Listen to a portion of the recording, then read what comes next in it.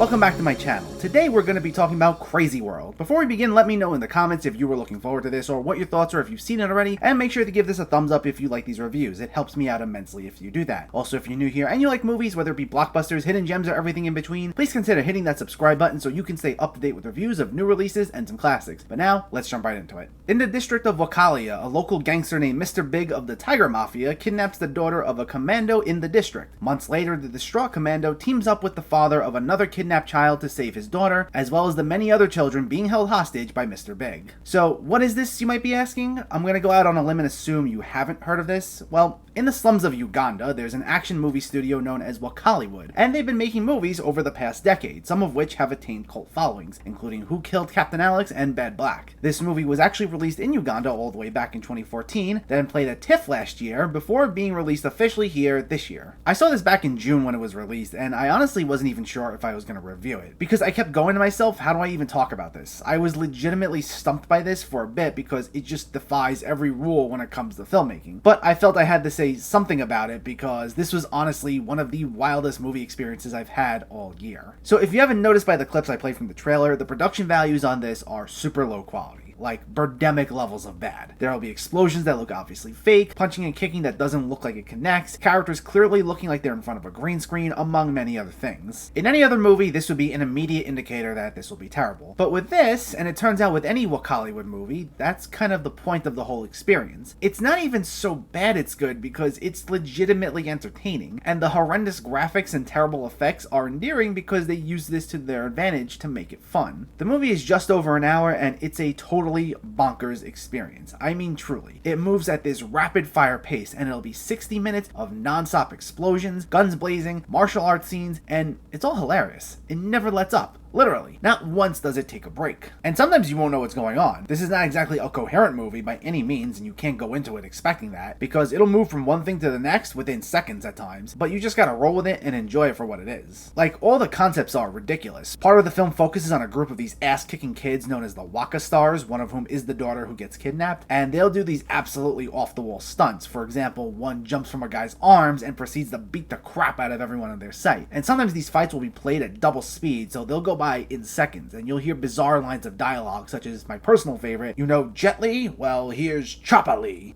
And it's out of this world. The movie's also narrated by what's called a video joker, and what they do is translate the dialogue and provide their own commentary, either making fun of the movie or hyping it up, which is what makes this so fun to watch, because this is essentially the movie telling you, don't take this that seriously. The man who narrates this is named VJ Emmy, and he's this movie's hype man from start to finish. He's just so giddy and excitable that he adds to the movie's chaos. Sometimes he'll have something meaningful to say, but most of the time he gets so caught up in the action, he'll just say things like super action movie or movie, and it's all incredible. But if it sounds ridiculous or stupid from the way I'm describing it, I assure you that no review can truly do it justice, because like I said, everything I'm describing to you will happen within seconds at times. You'll have the hype man going movie, while one person is single-handedly fighting an army of people, while fake explosions are going on, and sometimes it'll be within the span of like 30 seconds. And honestly, it's glorious. The chaos of this movie just needs to be experienced in order to fully appreciate it.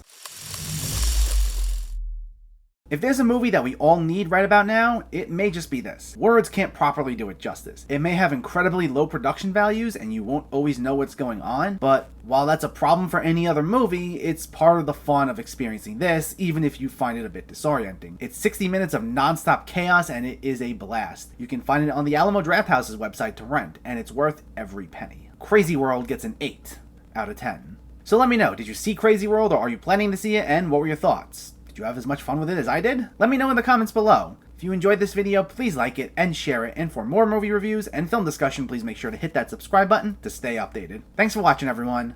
I'll catch you next time.